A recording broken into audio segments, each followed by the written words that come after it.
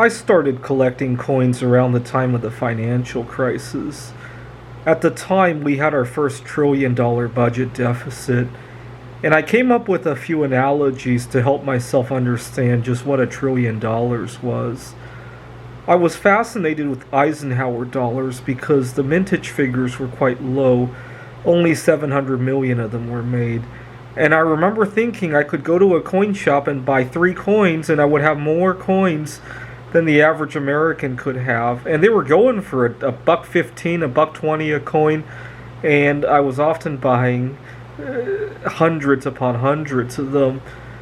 And I remember thinking that this is a good fraction of the supply of Eisenhower dollars. And I remember visualizing what 1 trillion of those would look like. And I visualized 1,000 coins in one direction multiplied by 1,000 coins in the perpendicular direction and 1,000,000 coins tall. And I calculated that it would take up multiple blocks in Manhattan and would be much taller than the Empire State Building. And I still didn't think that was a ridiculous amount of coins.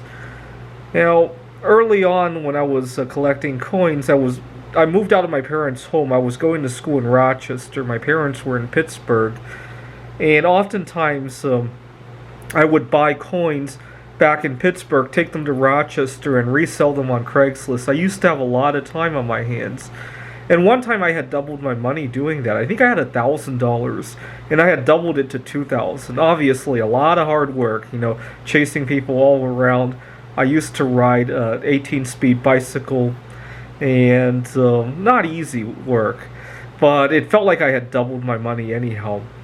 And then a couple months later, I went back to my family. I had a brother. I think he was about 8 years old at the time.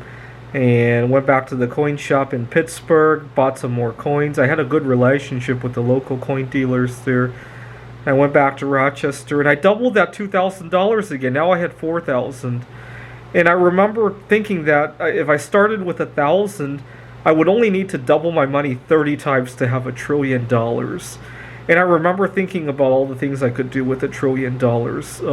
At the time, I used to be fascinated with the idea of going out to look for my future wife. I'm not so fascinated with that anymore. I really love my personal space. But I had the idea that if I had $1 trillion, well, I don't need $1 trillion, but if I had some money, I could go out to eat every day. I could go out and do all the fun stuff and mingle with people, right? I mean, even without $1 trillion, I'm already doing that now. But I used to think, as a grad student, it seemed like you needed $1 trillion to do that. But even without being a millionaire, I'm already doing that. Let alone being a trillionaire, right? So that's my first visualization of $1 trillion. Now, 2 years into my PhD program, I had wrote a computer program to solve a math problem called Ramsey theory. I was looking for a graph of 43 vertices that had a property of not having a clique or an anti-clique of size 5. It's called Ramsey theory, R55. And I written a branch and bound algorithm to look for graphs with that property. It had some kind of a constraint satisfaction problem. You would take a few edges, map them out, and then check if the constraints still worked, and then backtrack, and so on and so forth. And I wanted to see how long that program would take to run. Obviously, I needed to speed some things up, but I wanted to just as a baseline. And so I ran what I estimated to be about 1/1000th of that program, and 1/1000th of the program took 1,000 seconds to run. So 1,000 times 1,000,000,000, 1 trillion seconds. I thought, hey, that's not so bad. You got to understand, we had been very normalized to hearing $1 trillion by this point. $1 trillion in debt, budget deficits. Collectively we had $1 trillion of credit card debt. And so I thought, and seconds are very fast, right? You can't even breathe in 1 second, right?